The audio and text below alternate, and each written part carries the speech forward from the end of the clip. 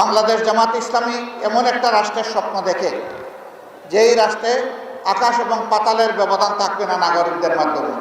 কেউ গাছতলায় আর কেউ বিষতলায়, এটা হবে না অবস্থা।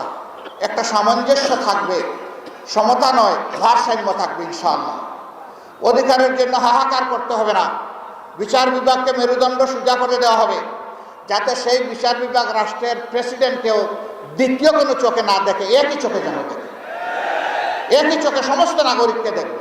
তিনি কে এটা বিবেচ্য বিষয় নয়। তিনি অপরাধ করে থাকলে যেই অপরাধী হন তাকে বিচারের আওতায় আসতে হবে।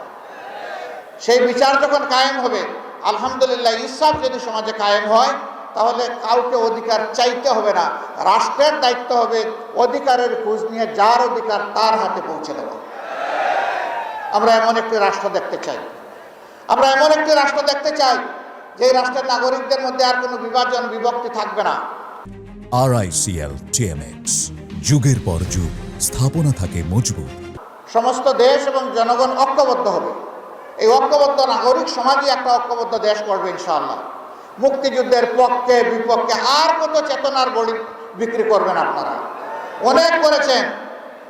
53টা বৎসর এই জাতির কপাল থেকে আপনারা ছিনিয়ে নিয়েছেন, জাতিকে আপনারা দাসে পরিণত করেছেন।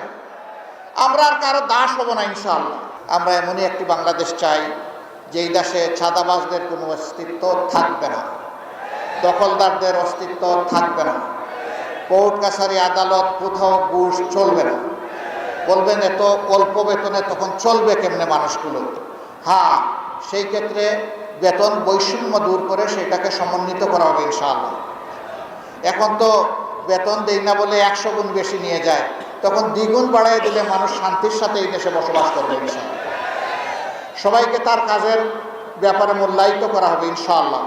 আমরা এমন একটি দেশ চাই যেই দেশ হানাহানির দেশ হবে না, মানবিক বাংলাদেশ হবে। তবে নিঃসন্দেহে এমন একটি দেশ চাই যারা ফেসিবাদের কাছে মাথা নত করবে না, যারা কোনো আগ্রাসী সাম্রাজ্যবাদ মেনে নেবে না, দুনিয়ার সমস্ত দেশ হিসাবে বন্ধু হিসাবে দেখবে, কাউকে প্রভুর জায়গায় বসাবে না।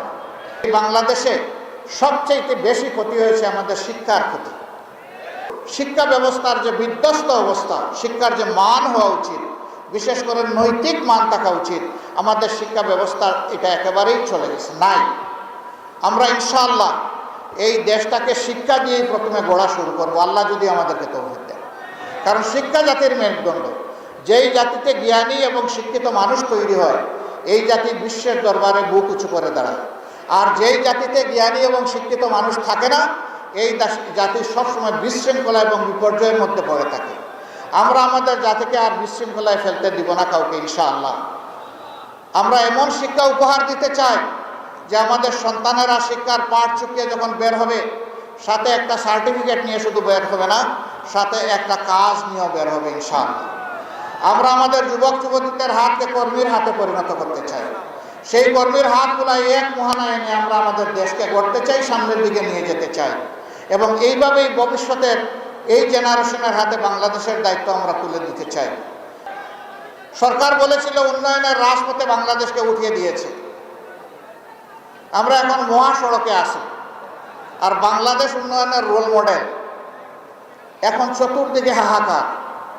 বিভিন্ন মিল ফ্যাক্টরি ইন্ডাস্ট্রিতে মালিকরা তাদের কর্মচারীদের বেতন দিতে পারে না ঠিক মতো, তাদের ইন্ডাস্ট্রি চালাইতে পারে না। সরকারি ইন্ডাস্ট্রিগুলো তো প্রায় সবগুলা লে অফ বন্ধ হয়ে পড়ে আছে মুখ থুবড়ে। এখন মাঝারি ব্যবসায়ী যারা আছেন, সৎ ব্যবসায়ী, ব্যবসা তাদের লাটে ওঠার উপক্রম। ব্যাংকগুলা তাদেরকে পুঁজি দিতে পারছে না।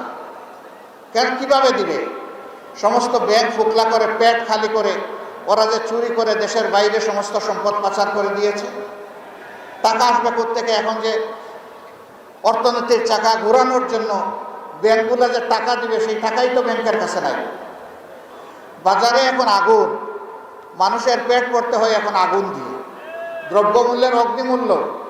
আগের সিন্ডিকেটগুলো এখনো সরকার ভাঙতে পারে নাই, তবে ক্ষেত্র বিশেষে সিন্ডিকেট না ভাঙলেও সিন্ডিকেটের হাত বদল।